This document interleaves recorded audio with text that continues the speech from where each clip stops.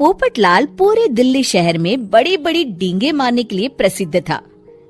साथ ही वो अव्वल दर्जे का पेटू भी था। उसकी इस आदत के चलते कोई भी आदमी उसे अपने घर भोज पर नहीं बुलाता था। फिर एक दिन पोपटलाल अपनी बहन के घर जाता है जो दूसरे शहर में रहती थी। अरे पोपटलाल, बड़े दिनों के बाद तुझे मेरी याद आई। माय डियर बहना, तू तो जानती है मैं अपने कारोबार में कितना व्यस्त रहता हूँ। हाँ, तेरी बात भी सही है। अब आया है तो कुछ दिन ठहर के जाना। अरे दीदी, ये भी कोई कहने की बात है। श्यामा देवी पोपटलाल को रहने के लिए एक कमरा दे देती है। अगली सुबह पोपटलाल जोर जोर से गरारे करना शुरू कर देता है। नकुल की पत्नी नींद से जाग जाती है और घबराकर अपने पति नकुल को जगाती है। अरे उठिए, लगता है हमारे घर में कोई जानवर घुस आया है। कैसी अजीब अजीब आवाजें निकाल रहा है, मुझे तो बड़ा डर लग रहा है। अरे कोई जानवर नहीं है भाग्यवान, पोपटलाल मामा जी हैं, अपना गला साफ कर रहे हैं। इतनी सुबह सुबह? अभी तो सिर्फ 4 बजे हैं।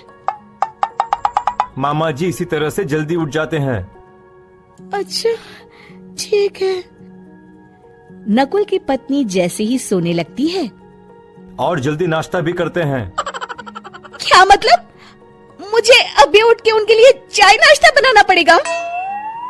हाँ। अरे मर गई रे, अब मेरा क्या होगा? फिर थोड़ी देर के बाद नकुल की पत्नी मामा जी के लिए चाय नाश्ता बनाने में जुट जाती है। अरे भाई वाह, बड़ी अच्छी खुशबू आ रही है। बहू, जो भी बना रही हो फटाफट ले आओ, जोरों की भूख लगी है। हाँ मामा जी, अभी लाती हूँ। देखते ही देखते पोपटलाल सारा नाश्ता चट कर जाता है। बहू, कल से पराठे में देसी घी ज्यादा डालना, आज कुछ मजा नहीं आया। हे भगवान, इसका नाम तो पेटू लाल होना चाहिए था। पूरे 10 लोगों का नाश्ता अकेले हजम करने के बाद भी इन्हें मजा नहीं आया। इस तरह रोज पोपटलाल सुबह सुबह घर के सभी लोगों को नींद से बेवक्त जगा देता था और हमेशा खाने की उल्टी सीधी फरमाइश करते रहता था। देखते ही देखते गुप्ता परिवार की दिनचर्या अस्त व्यस्त हो जाती है। अरे भाई, खाने का असली मजा तो इस घर में है। अरे माँ, ये पोपटलाल मामा यहाँ और कितने दिन रुकेंगे? ये अकेले इतना खाना खा जाते हैं कि आज राशन वाला मुझसे पूछ रहा था कि अरे भाई, क्या आप लोगों ने घर में हाथी पाल लिया है? अरे बेटा, अब घर के मेहमान को कोई सीधे मुंह कैसे निकाल सकता है? माँ जी, अब बर्दाश्त की इंतहा हो गई है। मैं अकेले इतना काम नहीं कर सकती। आखिर मैं भी इंसान हूँ। मैं कल ही अपने मायके चली जाऊंगी। अरे भाग्यवान, हम सबको मुसीबत में अकेला छोड़कर तुम कहाँ जा रही हो? जरा सब्र करो, मैं कुछ सोचता हूँ। अगले दिन एक डॉक्टर साहब उस घर में आते हैं। अरे नकुल बेटा, ये डॉक्टर यहाँ क्यों आया है?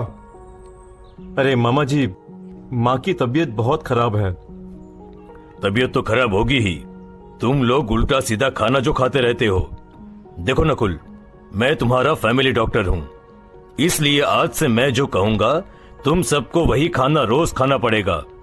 आजकल कितनी बीमारियां फैल रही हैं, पता भी है तुम्हें? आज से तुम सब सिर्फ सलाद और करेले का जूस पियोगे, समझे? डॉक्टर अंकल, आप ठीक कहते हैं। पोपटलाल घबरा के, अरे क्या खाक ठीक है भांजे? ये डॉक्टर सीधे सीधे हमें घास फूस खाने के लिए कह रहा है।